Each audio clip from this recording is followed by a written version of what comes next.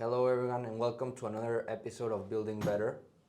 Today we have the honor of having David, that is a local architect here in San Diego City, and he can help builders navigate through housing policy to activate state incentives that increase the density of the projects. So thank you for joining us, David. Thank you, Gabe. It's a pleasure to be here.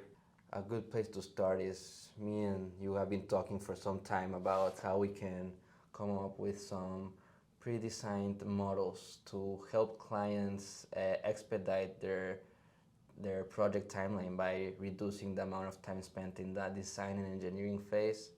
So they can have already a design that we can see if it fits into their lots, and we can start evaluating, and if it does, it really skips for them like a couple months in design, so they can go right into city submittals and start working on those projects. So maybe we can talk about those three versions of designing we've talked about, which is the fully pre-designed models, the modified pre-designed models, and the full custom design models. Yeah, absolutely. So any property, any development project has so many different variables, and the way we look at each property is through a specific lens of what the zoning criteria is, what the client's trying to achieve, what the construction method is. But we always strive to go towards things that are repeatable, so they're scalable, they offer ways to save some time and some money on a project. So the three ways in which we look at that is there's pre-designed options. So these are projects, designs that we've designed, engineered, permitted, approved, and built before. We see how those might fit on a piece of land, on a property, in a way that's livable and makes sense. We don't want to just jam, bad things in just because it fits. So the first bucket would be pre-designed. The next is what we call pre-designed modified. So it's effectively taking the pre-designed designs and slightly modifying them to perhaps get more square feet because the property offers a bit more square feet, or maybe it's to add a balcony or a roof deck, something that adds an amenity that the pre-designed option doesn't have. So that's the second bucket, pre-designed modified. And then the third bucket would be custom, bespoke. You're starting, kind of from scratch. You're trying to repeat things. Of course, you're repeating lessons learned, and you're using the same systems and the same, consultants, engineers, all that. But you're effectively looking at a piece of land and trying to maximize every square foot of that land. And so, as I said, with any development deal, there's so many variables to consider, and it's really important for the ownership team to understand, what are the priority criteria, the priority variables that they want to go after, because there's pros and cons to each. We certainly bias ourselves towards things that are less bespoke. Housing is a great product type to repeat. We've all lived in homes. We all know how a bedroom is usually laid out with a bed and nightstand and a closet and things like that. So there's a lot of repeatability in housing that you wouldn't find in something else. Think to bench it with an extreme. If you think of a museum, there's all different types of rooms. Some are tall, some are short, and they're trying to create different spatial effects based on the art that's held in that museum. That's not repeatable. Housing is. So we feel as designers of housing that we should be engaging in that repeatable element that's just inherent in housing. Yeah, and can we talk a little bit about, in the three options, what is the timeline in each one, and really how much savings you can get as you go closer and closer to that fully pre-designed models? So of those three buckets, pre-designed modified, and then custom, you're going to find that pre-designed is something that you could have plans prepared for permits submittal within 2 months, as short as even a month. The variable that might increase it to 2 months or a little beyond that would be getting things that are specific to the site, like a survey from a licensed land surveyor or a geotechnical engineer to understand the soil. But absent those things creating any delays, the beauty of pre-designed is it could be submitted to the city within a month. I mean, even 2 weeks if things were just really dialed in, right? So you save time there, you save money, because say you go pre-designed modified, you're going to spend at least an extra month to modify it correctly. It's going to require some new engineering, and that's going to take a minimum of 1 more month. So whereas pre-designed could be done in 1 to 2 months, pre-designed modified is going to take you 3 to up to 4 months to properly modify it. And then of course custom, when you do custom, depending on the scale of the project, the complexity of the project, it could take anywhere from 4 to 10 months to submit. It really comes down to the complexity and the scale of the project. Yeah, the complexity, the scale, and also the responsiveness of all the stakeholders in the project as well, right? Absolutely, How fast are they getting the reviews done? How fast are the other consultants communicating with the rest of the consultants? Yeah. So you really save a lot of headaches when you go with a fully pre-designed, because you mentioned that you need the geotechnical and the surveyor to make sure that that it fits in that lot with the proper setbacks and the soil requirements. And if it does, you pretty much already have all your MEP design, your structural engineering, your civil. So am I missing any other of the service providers that must be included in the project? So the biggest obstacle to building a project right now is connecting to utilities. Yeah. So building permits, if you're working with a good design and engineering team, they should be able to get you through permitting in a reasonable timeline. The city can be slow and complicated, but that's what we do every day. We interface with them and we solve problems with them. Where it's difficult, ultimately, they're the most difficult, is really working with your utility provider. So here in San Diego, it would be San Diego Gas and Electric. So having someone on board, or just having your architect or your electrical engineer, or perhaps the owner is just more savvy in utility connections, but having them really prioritize that is key to delivering any building on time. Yeah, no, I agree. Having a dry utility consultant engaged as soon as you're submitting to the building department is pretty much you must do that if you want to complete in a timely manner, because if not, you'll get a permit, but then the San Diego and Gas and Electric company will take another 6 months if you don't submit in the same timeline. So that's definitely the biggest delays we're seeing here in San Diego, and I think not just San Diego, but the rest of California has it the same. So definitely engaging in the very early stages in your project, it can be a very big time saver or difference maker for your project. Also, once you do your survey and you have your geotechnical study, maybe that pre-designed model will not fit perfectly in that lot, and that's where you go for the pre-designed modified versions, right? To make those small modifications required to make it code compliant and that it works in that specific lot. So those are the time savings. Can we go a little bit on the cost savings? Is there any cost savings for going from the pre-design to the custom? Oh yeah, absolutely. So from pre-design to custom, architects vary with what they deliver, but working with us, you're gonna find a pre-designed model to be at least half the price of going full custom. The reality is it takes easily twice as much time and effort for my team to prepare custom as it does pre-designed. And in fact, it usually takes more 4 times the amount of time. So time is money, everybody's got to get paid.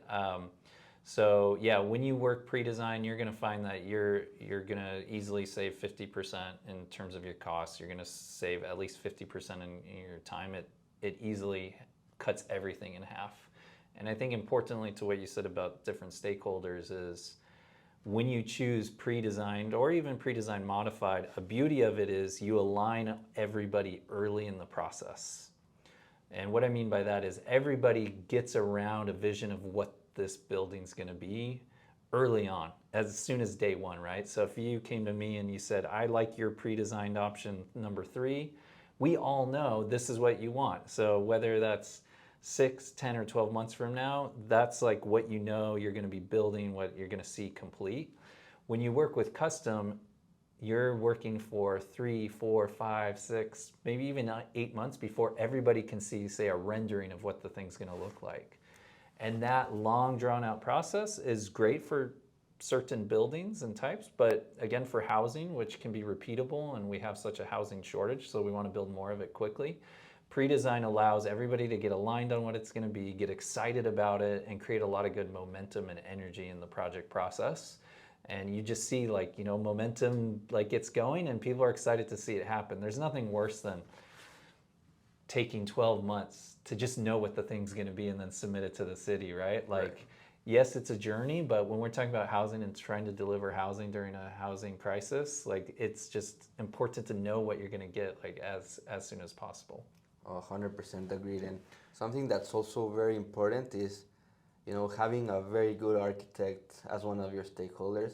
Sometimes people really want to go for the lowest cost architect, and then, you know, they just get once it gets to the permitting or even to the construction, all that cost savings they think they got for going for the cheaper architect becomes a much more costlier project. So by engaging with a very experienced architect and local architect like yourself here in San Diego County that understands the code, that can help you navigate with building inspectors and plan reviewers, as well as help you like evaluate the feasibility of different bonus programs and incentives that could make your project have more units, more doors, make it a denser project, is very important at the end. So can we talk a little bit about your experience, you know, the different programs that we have here locally to help builders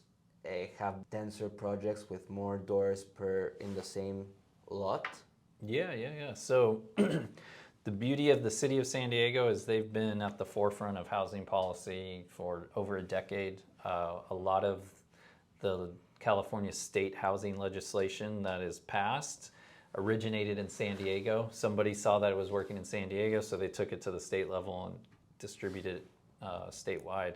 So here in the city of San Diego, we've got 3 main housing policies you'd want to consider for any urban infill lot that is going to be a housing project. So we like to think of that as small, medium, and large. So the small housing policy would be the ADU bonus program. The medium housing policy would be the affordable housing density bonus program, and then the large policy would be complete communities. Any of those programs could be a project that's small, medium, or large, but we found over time is, you know, smaller projects, or I should say the most financially viable smaller projects tend to use ADU bonus. The most financially viable projects that are large tend to use complete communities. So it's like when you consider all those different variables, that's the buckets more or less that they fall into. So the small project size ADU bonus is for us what we consider 8 to 20 units. It may demolish existing structures and start from scratch. It may keep, say, a home and build 8 units behind it, or 4 units behind it, or maybe even 20 units behind it. But the 4 to 20 unit range is what we call our small, and it works well with ADU bonus because, well, there's many reasons, but the simplicity of the ADU bonus program is probably the most beautiful part about it. It's simply that if you want to add an additional unit to your property, you give 1 unit to moderate income affordable. So it means that one of your units becomes deed restricted as moderate income. And in return, you get 1 market rate unit back, a bonus. And then if you want to get another unit, you give 1 to affordable and you get 1 back. So it's a very simple logic. It's not like the traditional bureaucratic legislation where it's like, oh, I have to do this, this, and that. It's very simple. I give 1, I get 1, I give 1, I get 1. So there's a beauty in that in the ADU bonus. And I think because of its simplicity, because it's versatile for small lots that are 5 to 10,000 square feet. We've seen a lot of projects come to fruition in the city of San Diego. We've also seen the city of San Diego recognized with the Ivory Prize, which is a housing affordability prize that is nationwide. This school in Utah looks throughout the country for the best housing policies and the best ways that housing is becoming more affordable, and they award prizes every year. So the city of San Diego won that prize this year. So, kudos to them for a great policy, and hopefully that means we're going to see it happen throughout the nation. So focusing a little bit on the ADU bonus program, where you give one to a moderate income and then you get one, you're still limited to the FAR in that lot. So you can build as many as you want, as long as you're in the floor area ratio allowed in the zoning in your area. So that means that if you're allowed, if you can fit 5 extra units, you can build 5 extra units, as long as you get 1 by right, then 2 that you would give to moderate income, and then 2 that you would get by a bonus at market rate. But really, what we're seeing here in San Diego is that moderate income is very close to market rate in certain cases, because when you do those moderate income or deed restricted units, you really get to choose of what AMI or average medium income tier you want to get those units rented out of. So you can get them like rented at deed restricted but at 120% AMI, which is very close to what you would get market rate. Is that right?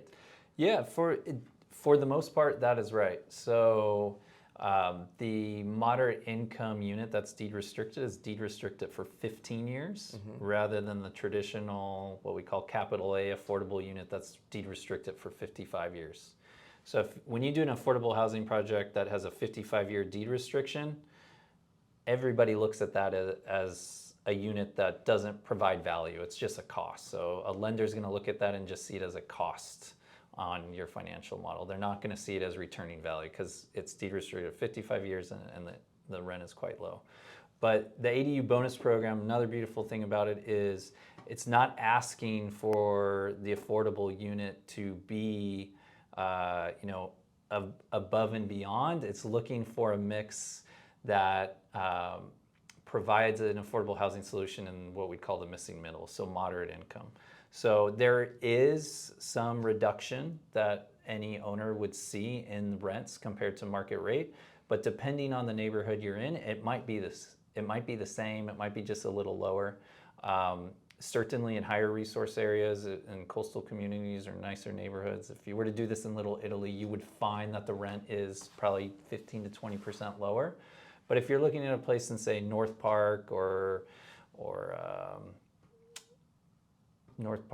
say Normal Heights, you're going to find that the rent's probably pretty comparable.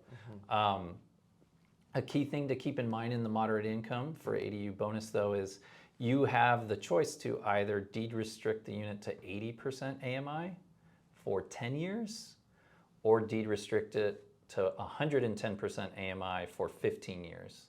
So that's just a math problem to do in the financial viability of it. You can look and say, well, do I want to get 110% rents for 15 years and then it goes to market rate, or do I want to get 80% rents for 10 years and then it goes to market? And I think it's just becomes another one of those many variables any developer has to go through is this a neighborhood where I'd really like to have a market rate unit in 10 years because I think those rents will go up a lot in 10 years, or do I want to choose 15 years because it might be a little slower for rental appreciation?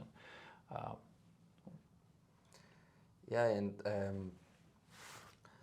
a little bit going back to the pre-designed models and in the IDU bonus program, I know we designed these pre-designed models with the idea of incorporating them into the IDU bonus program. So can we talk a little bit about how many units and how many different pre-designed models you and your team have developed to be able to see if they're a good fit for a certain builder trying to build with the ADU bonus program?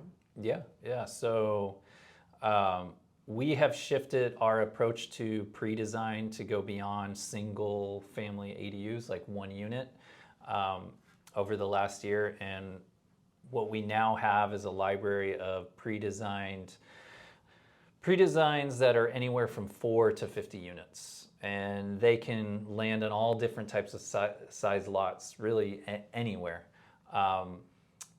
All of these units have been designed, engineered, and permitted, and many of them have gone through construction. So they've all been tested much more than any custom project you'd start from the beginning. You know, they've all gotten through permit approval at least, and many of them have completed construction.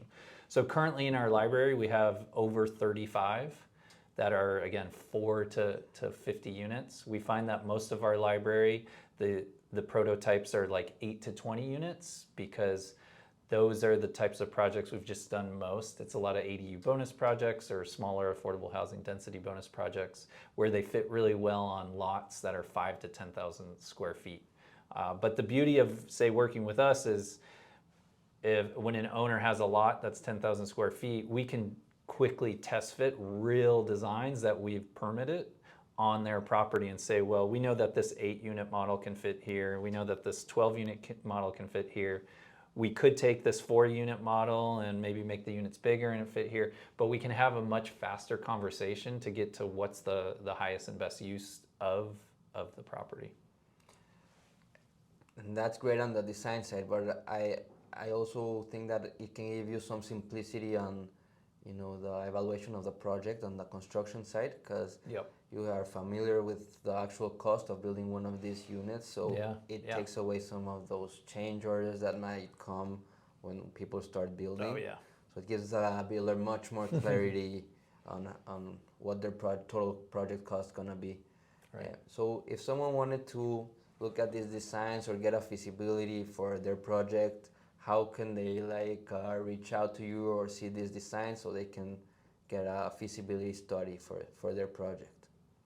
Yeah, I mean, the best way is to go to our website, which is PALO.us. PALO.us, and you can get a good overview of what we do, how we approach projects, what the design philosophy is, as well as what is the housing strategies that we employ. You can reach out directly to me at david@palo.us. You can give the office a call and find all that contact information on the website. But yeah, we're always taking calls and having conversations with repeat clients and new clients, all the time to test fit properties and see what can work. So every one of our projects begins with a feasibility study in what we would call a pre-design phase, where we work through 2 to 3 options to show what yields the best in terms of density, livability, and how it aligns with the owner's pro forma. And often we are also doing the pro forma. We can offer those services as well. But every project we think needs to be planned well. Even when it's pre-designed, you want to take some time to properly plan the project out, because as you've just said, Gabe, with change orders and things like that, a lot of times those things can be planned out of the project. There's no such thing as a perfect project, from 0 to 100, but there are a lot of lessons learned, from us and others, where you can avoid those surprise change orders that you've experienced in the past. So it's great to always plan a project out, spend that time to properly plan it out with the right team. And I go back to the importance of having a good designer, not trying to save that extra money in the start of your project that's going to cost you 4 or 5 times more at the time of construction. So working with someone that you and your team that offer that pro forma, it's a great thing to have. Very few architects, designers offer that service. So definitely having a good designer, architect in your team can be a game changer for the project. Something I would also like to talk about a little bit is how we have incorporated SIPs, pre-flex structurally insulated panels, into some of these pre-designed models with the idea to optimize the SIPs to its optimal structural capabilities, to where clients can also get some cost savings during the construction time, as well as the time savings they'll get from the prefabricated, standardized structural designs we have come up with. And Yeah, talk a little bit about how we optimize in the construction side as well. Yeah. So we are we're a believer in SIPs and the construction method. I remember being in college over 20 years ago and being asked to do a research project on a construction method that was kind of like alternative, and I chose SIPs. And so I have a long history of thinking on this, and I'm glad to see that Preflex is in the space doing SIPs and doing it where it can be local to San Diego County and Southern California, and even generally speaking, the Southwest. It can be really nimble and fast and work with builders all over those areas. So the projects we've designed specifically for SIPs and Preflex, they're mindful of that construction method. How do you make sure it gets delivered to site and it goes up fast and it interfaces with different trades on site? You know, a lot of that comes down to thinking of like your wet walls. How do you properly complement the SIPs technology with your wet walls for plumbing? But to your point on efficiency and spans, SIPs are like any construction method. You want a designer, an architect, and engineer who understands what its capacity is, so you can push that capacity and get the most out of it. So you want to know what the proper spans are. You want to know where you might have to put a purlin in or some other thing. You want to know what's the proper way to frame a roof so you're not complicating SIPs, because every construction method has its advantages. So you want to really know that construction method and take advantage of everything it's got. So with SIPs, beauty of it is, at the end of the day, it's still panelized construction. It's not what we would call volumetric prefab, where it's three-dimensional. And panelized construction is great in our region because people are used to building with panels, right? They tilt up 2x4 walls and then they put a sheet of plywood. They put a panel of plywood on. So to go from that kind of wood frame construction to SIPs doesn't ask much. It's not getting complicated and complex like steel prefabricated volumetric units. It's something that is much easier for a general contractor, an owner, anyone to conceive of, because in the end it's a panel. And the key advantage of it is, rather than having to build the panel on site, it comes with the insulation, it comes with the finishes. It's ready to be a good exterior wall that's really efficient. And you know, in a time where everybody's really concerned about energy, it's probably the best cost to value exterior wall system you can get in terms of energy efficiency. And that creates just a better product, better thermal comfort for everybody.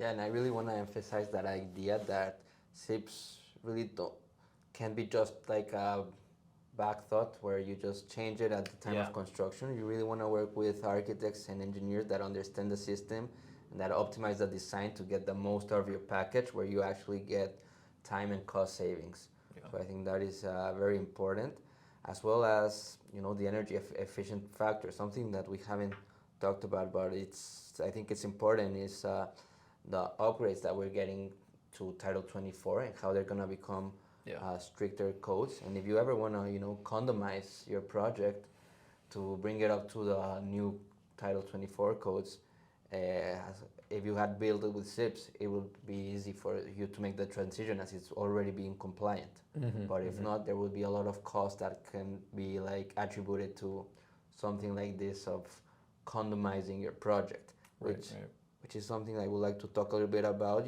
It's like a new program that we're seeing get more and more traction, where people are condomizing their ADU projects into actual condominium for sale products.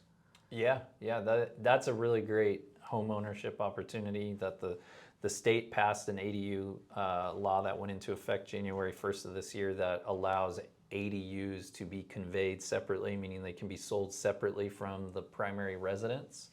That opens up a lot of this missing middle home ownership opportunity of homes that are anywhere from 500 to 1,200 square feet. They're really great starter homes, good entry-level homes. And to be able to properly either do a condominium conversion or build for it, you need to have a good construction system that is properly going to provide the sound ratings between units, the fire ratings between units, and you want a product that is built to last, right? You don't want the liability of poorly constructed stuff that's constructed on site and someone made an error because we're all humans, that then comes back and hurts you after you've sold that condo. So we like to think in the office or ask ourselves, how long is this building meant to last? We hope it's meant to last for a long time. A lot of projects are just simply not built to last these days. It's a lot of 2x4 wood frame construction on site with not the best waterproofing, not the best detailing, things like that. Using construction methods like SIPs is really pushing beyond the standard wood frame construction to provide something that's going to last much longer. So not only is it energy efficient on a day-to-day basis, it's also going to last longer because it's a better assembled product. And so to go back to your condo question, like when you're selling a project, you want to sell something that's going to last, that's going to be good. It's not going to come back with liability defects and warranties, costly kind of callbacks where you have to go back and fix something. So with ADUs now being able to be condominiumized, it's a great opportunity to look at SIPs.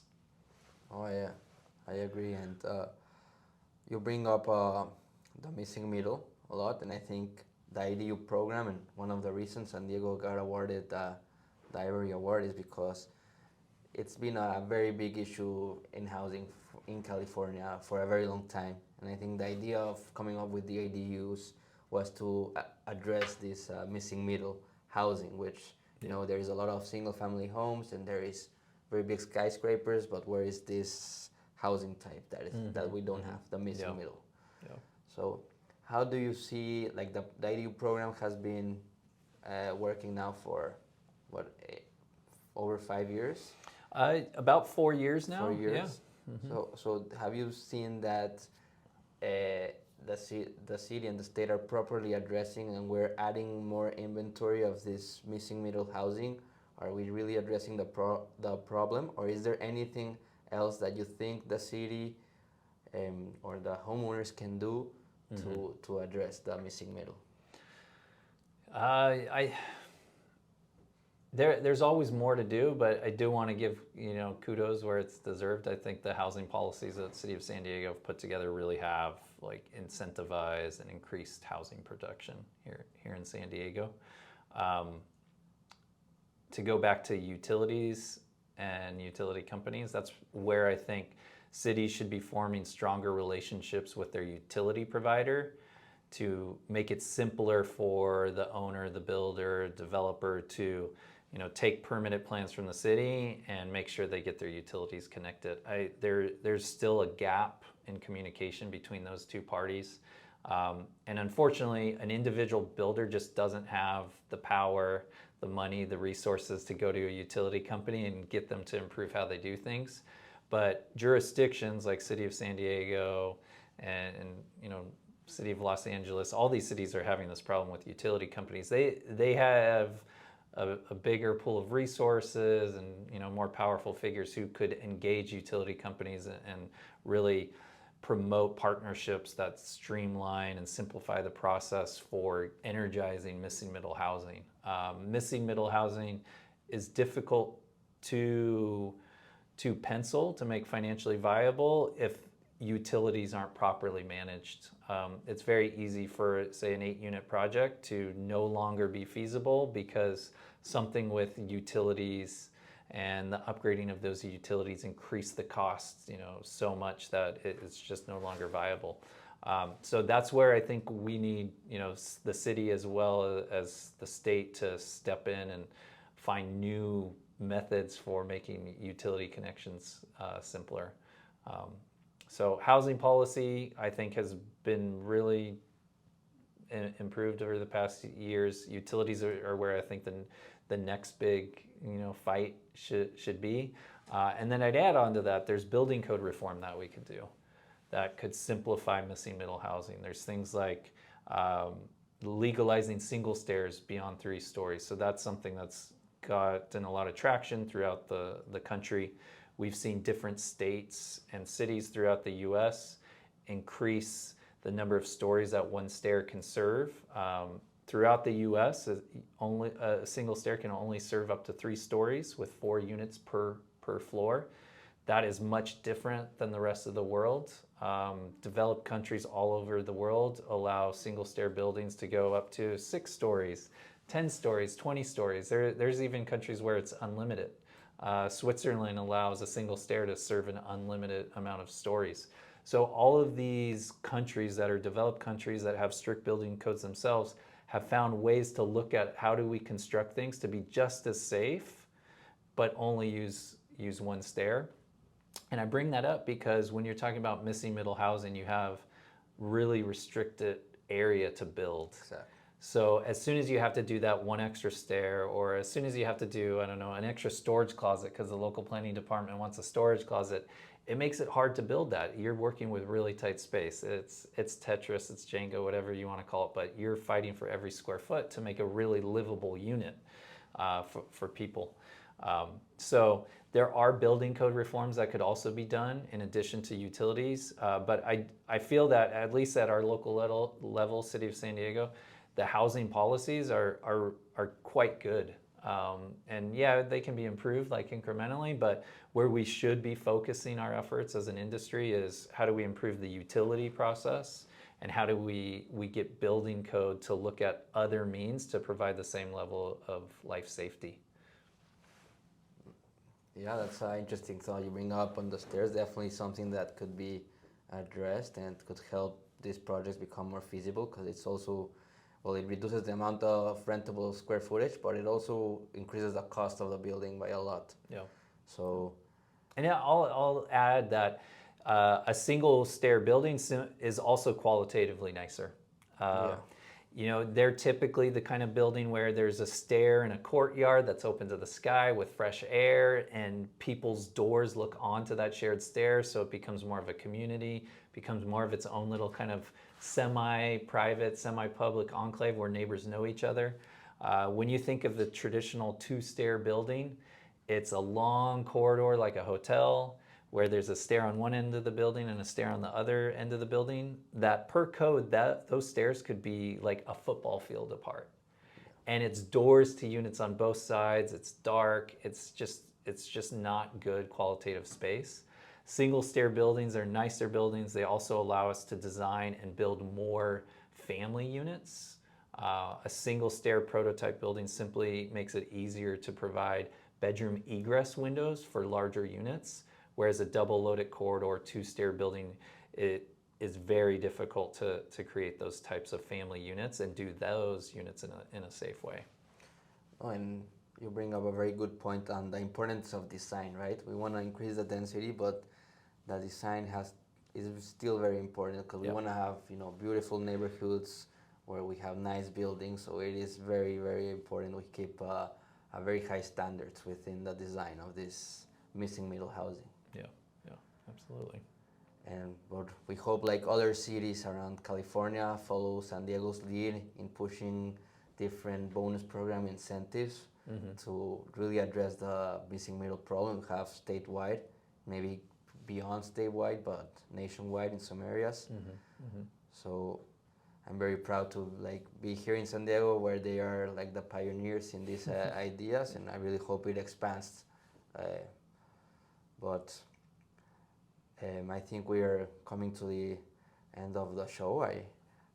I really appreciate you sharing all your thoughts with me and all of our listeners. I think you bring up really good and strong points. I don't know if you have any closing thoughts. I would just emphasize the importance of creating quality housing. There's been a lot of fight to increase housing, the quantity of housing, and I think those housing policies within the City of San Diego really are addressing quantity, and I'd like us all to reorient ourselves around what is quality housing. And I think this isn't just a design thing, it's also a business decision. As more units go out on the market, developers are competing against each other, and the building that has a higher quality product is simply going to be rented or sold easier. So it's becoming harder for a developer to put out bad, bad buildings, bad units.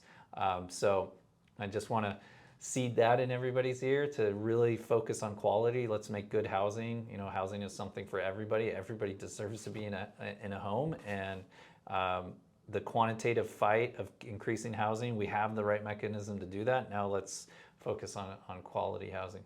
Thank you, David.